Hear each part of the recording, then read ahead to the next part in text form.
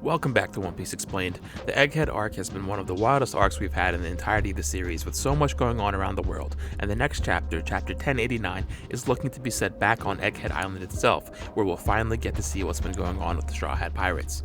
Now, before that chapter comes out next week, I thought it'd be useful to look back through on the Straw Hat's time on Egghead and do a little refresher on where everyone is and what the mysteries and plot threads across this arc are. Real quick, before we get into all that, this channel is now officially a YouTube partner. Thank you so much to everyone who has supported One Piece Explained's growth over the past few weeks. It means so much to me, and I can't believe we're at this point with the channel already. I can't wait to keep making videos breaking down the manga and the live action when it comes out, and as always, any feedback or comments in general are greatly appreciated. And if you've been enjoying the content I put out, hitting subscribe would go a long way so you can get these videos as soon as they come out. I've been doing a video a week and sometimes two, and with so much great One Piece content coming out in the near future, there's going to be so much to talk about and break down.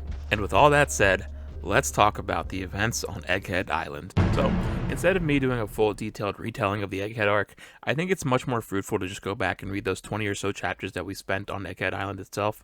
The arc starts around chapter 1058, and we leave off on the events of Egghead toward the start of chapter 1079, so there's a link in the description to the Viz website where you can check out all these chapters. So, let's just do a quick recap leading up to where we left off. The Straw Hats come across Jewelery Bonney on their way to Egghead and end up arriving on the island. We learn about the surviving Will of O'Hara, with Jaguar D. Saul being revealed to be alive, as well as getting some cursory information on Devil Fruits and recreating Devil Fruit abilities through Green Blood, as well as Vegapunk's working theories on the subject. CP0 and government agents arrive on the island in order to assassinate the Vegapunks when Luffy and Lucci clash. Stussy is revealed to be a clone of Miss Buckins and an ally of Vegapunk, and turns the tide against CP0, capturing Lucci and Kaku. Eventually, all the Straw Hats and the Vegapunks regroup at the upper half of the island, the Labio phase, where they plan to take the Vegapunks off of the Egghead and save them. However, they come across two issues. The Frontier Dome, a protective barrier around the Labio phase, is malfunctioning, and the main Vegapunk himself is now missing. Everyone splits up into groups and search the lab to see if they can find Vegapunk, when they come to realize that there's a traitor amongst the Vegapunks who has turned the Seraphim against the group. So, here's where everyone is before we left off. Up on the 4th floor of Building A, the command room, Luffy, Zoro, Lucci, and Kaku have teamed up to fight against S-Bear and S-Hawk. Luffy and Lucci try to hold off S-Bear, while Zoro and Kaku chase down S-Hawk, who has seemingly decided to go after the weaker targets. One floor lower, on the 3rd floor of Building A, Nami, Brook, and Edison have been fighting against the S-Shark when Sanji comes to their rescue and joins the fray. On the 3rd floor of Building C, Usopp, Frankie, Lilith, and Pythagoras have been facing off against S-Snake, where S-Snake has petrified Usopp and Lilith and left half of Frankie petrified as well, seemingly blowing up Pythagoras. S-Snake then departs. On the 2nd floor of Building A, Robin, Chopper, and Atlas continue their search when Atlas suggests that there's a lab that hasn't been used in a while, potentially the lab that is revealed to be where the real Vegapunk actually is, and they head for that.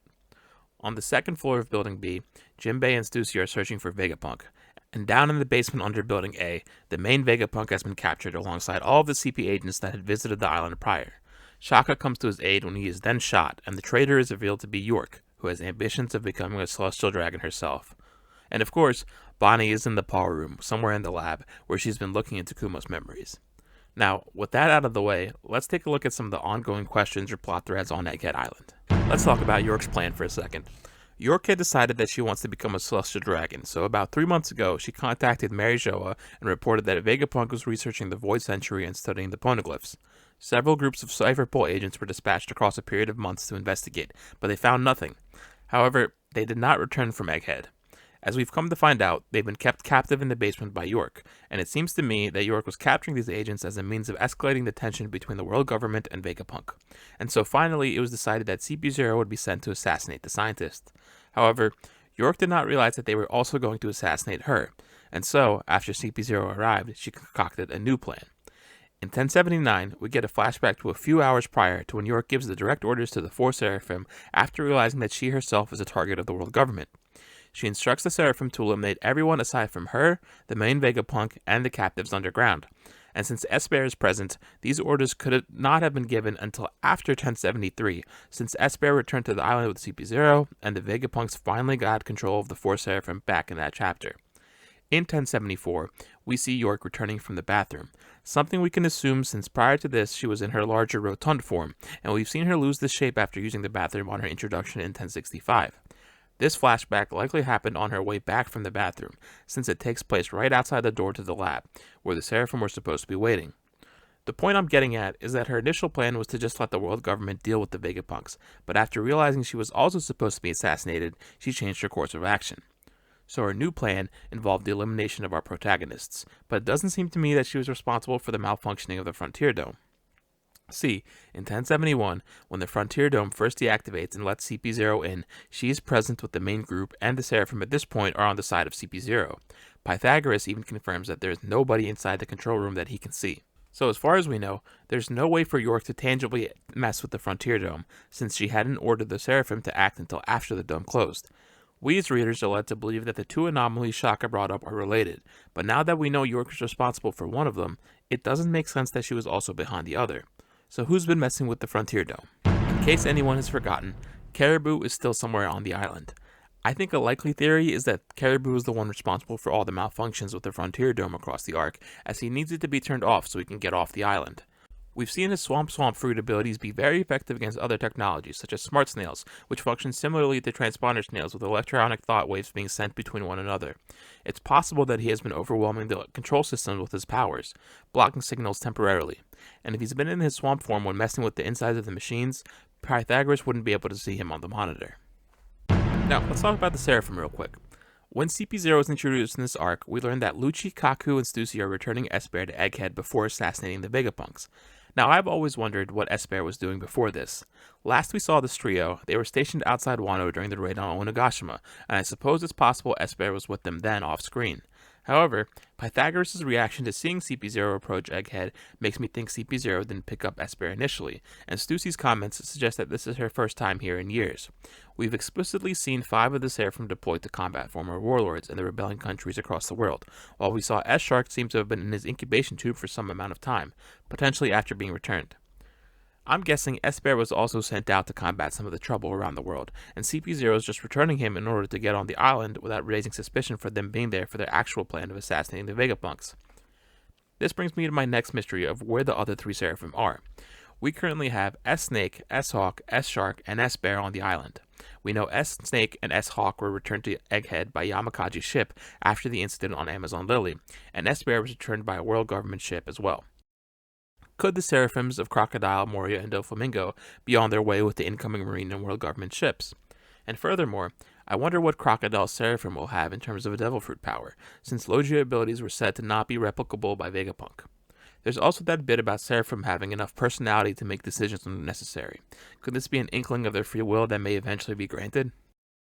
And lastly, I've always thought it to be incredibly interesting that Esper is the only Seraphim whose appearance resembles the adult version of their warlord counterpart. When you look at Oda's depictions of the warlords as children from Volume 63's SBS and compare their appearances to that of the Seraphim, they are all mostly one-to-one, even with their clothing being preserved in some cases, except Esper. Esper looks like a fully grown Kuma, and even his clothing is that of an adult Kuma's, which is just not the case for any of the other Seraphim. What's more, he is the only Seraphim whose eyes we've seen to not have the star pupils, which of course may just be addressed by the lenses or glasses that he has. But it's also interesting that his jacket doesn't feature the symbol on his adult counterpart's jacket, but rather the same star symbol featured on the Vega Force 1, Vegapunk's giant robot built in the likeness of the Iron Giant that scaled the Red Line 200 years ago, which is exactly what Kuma is doing in present day. Now, there is so much going on here, and I could speak for hours about this topic just hypothesizing, but I don't want to make this whole video about Kuma and Esper. I do have some thoughts and theories about this that I do want to streamline and create a video about in the near future, but I've been hesitant to do explicit theory videos on this channel, but I'd love to hear what you guys think. Would you like to see some extensive theories from my end? I also have a bunch of little niche ones that I've been mulling over for years, maybe a decade at this point, and it would be cool to have an outlet for those, so let me know what you guys think in the comments. On the topic of Kuma, one of the core mysteries that feels like will be addressed in this arc to some extent is what the deal is with Bartholomew Kuma in general. Bonnie's primary motivation for coming to Egghead was to get an answer for why Kuma was turned into a cyborg, and Vegapunk maintains that this was his own conscious decision, but refuses to inform us of the reasoning. She stated that Kuma belonged to a special people with strong muscles and latent abilities that we haven't gotten much insight into, and when Bonnie views Kuma's memories, she learns that Kuma looked to be a child slave, seemingly for the celestial dragons at Marijoa. There's also his epithet of being a tyrant and the former ruler of Sorbet Kingdom. How could this factor in with his upbringing as a slave? Without getting too deep into my theories, I have thought that Kuma may have been the child of a celestial dragon and a slave, allowing him to ascend to the throne of Sorbet Kingdom under some unusual circumstance where the royal family was unable to find a successor. But I can get more into these ideas when I make that video proper. My biggest curiosity, though, personally, is what is up with Kuma's ears. We've seen him with regular human ears as a kid, but as an adult, he seems to have these bear ears as part of his hair, which is confirmed to be his hair since Lunarians have white hair and S-Bear's ears are white. As an adult, his regular ears are obscured by his hair, which makes S-Bear having the form of an adult Kuma even more interesting. We learn in this arc that Dragon and Vegapunk have had a long history, predating even the formation of the Revolutionary Army, when Dragon asked for Vegapunk's help with his freedom-fighting efforts. And of course, we didn't yet know this when we first saw Shaka on a call with Dragon. The full extent of their conversation is one mystery we've had in this arc, but it seems that Shaka, being aware that their poneglyph research may have aroused suspicion on the world government's end, wanted to depart some critical information to Dragon and the Revolutionary Army.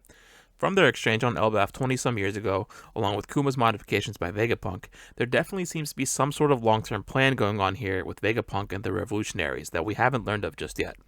A popular idea I've seen is that all of the pacifistas are actually being made to be tools for the revolutionaries behind the world government's back, but I can't wait to see what will actually happen.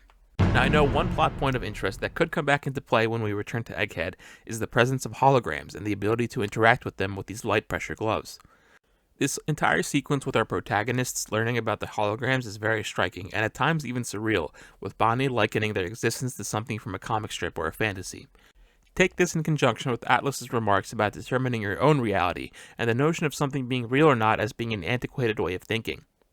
It felt early on that this was the underlying thesis of this arc.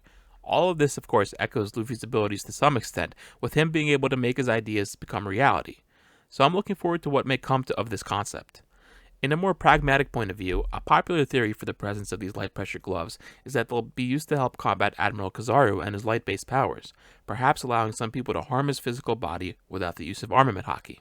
Now, there's definitely a lot more to be explored with Vegapunk and the satellites.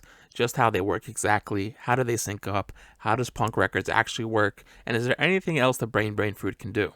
But for me, I'm most interested in Vegapunk's weird phasing ability. It seemed that he could just phase through objects and then somehow teleport from the Labio phase to the Fabrio phase without any real explanation, and there was speculation that Vegapunk may be a hologram, but we've definitely seen him interacting with the environment and characters who aren't explicitly wearing light pressure gloves. I'm excited to see what the answer to this may be. Additionally, there's also something that Vegapunk wished to give to Bonney, and we'll have to see what comes of that. Speaking of Bonney, her backstory is likely tied to Kuma's to some extent, but I'd love to know what her Devil Fruit ability actually is. It seems that she can manipulate the age of inanimate objects and living beings, so I'd love to get the name of this fruit. One recurring idea in this arc is the importance of energy. Morgans has said Vegapunk's efforts in energy research have brought light to towns across the world, and we know they're trying to figure out the undying flame or the ancient energy that powered the Iron Giant that scaled the Red Line 200 years ago. Could this also be related to the Mother Flame or Mother Frame that was developed by Vegapunk and used by Emu and the Five Elders to destroy Leloucia? We'll have to see. Of course, there are a bunch of people on their way to Egghead since we last saw it. The convoy of Marines and world government agents are on their way to the island with Kizaru and St. J. Garcia Saturn at the forefront. There are also a number of Marines with cool designs that may have some interesting abilities. Vice Admiral Dahl is among the group, and I've always wondered if the patterns she has tattooed on her arms are indicative of any Devil Fruit power she may have. We also have the G9 Marines incoming, and we've yet to get any information on who they are specifically. I'm also wondering if this is where we'll get to see Smoker, as he wasn't with the Shigi and the rest of the Marines on G14 or Fololed. And I've also been interested in X-Drake's next appearance. Last we saw him, he felt the CP0 on Onigashima and hasn't been in contact with the rest of Sword. But if he is alive, then he may have heard the order to send all ships to Egghead, which would have been relatively close to Wano. We'll have to see. We also have a Blackbeard Pirates ship heading toward the island as well, which we've been able to deduce is most likely Katarina Devon and Lafitte, as all other Blackbeard Pirates were accounted for on Winter Island against Law or Fuloled against Garp and the Marines. We may also finally get Lafitte's Devil Fruit ability revealed, and Devon's presence will potentially cause a lot of trouble if she can use her shapeshifting to give commands to Seraphim. Also, I've wondered if the Blackbeard Pirates actually have an authority chip in their possession, since they kidnapped Kobe, who seemingly was giving commands to the Seraphim back on Amazon Lily, implying that he may have had one. Though, since S-Nick and S-Hawk were returned to Egghead, I guess Yamakaji may have had the authority chip with him. We'll see. Miss Buckins and Marco may also be on their way, as suggested by their last appearance, with her wanting to prove to Marco that Weevil does indeed share Whitebeard's blood. And I've also wondered if Judge and Caesar, along with Germus 66, will come to Egghead as well, with them forming Neo-Mads after realizing their hatred stemmed from Vegapunk. And while on the topic of Mads, I'm interested in Dufeld, who we saw a younger version of in the cover story recently, if he's still alive and will play some factor in this arc at all.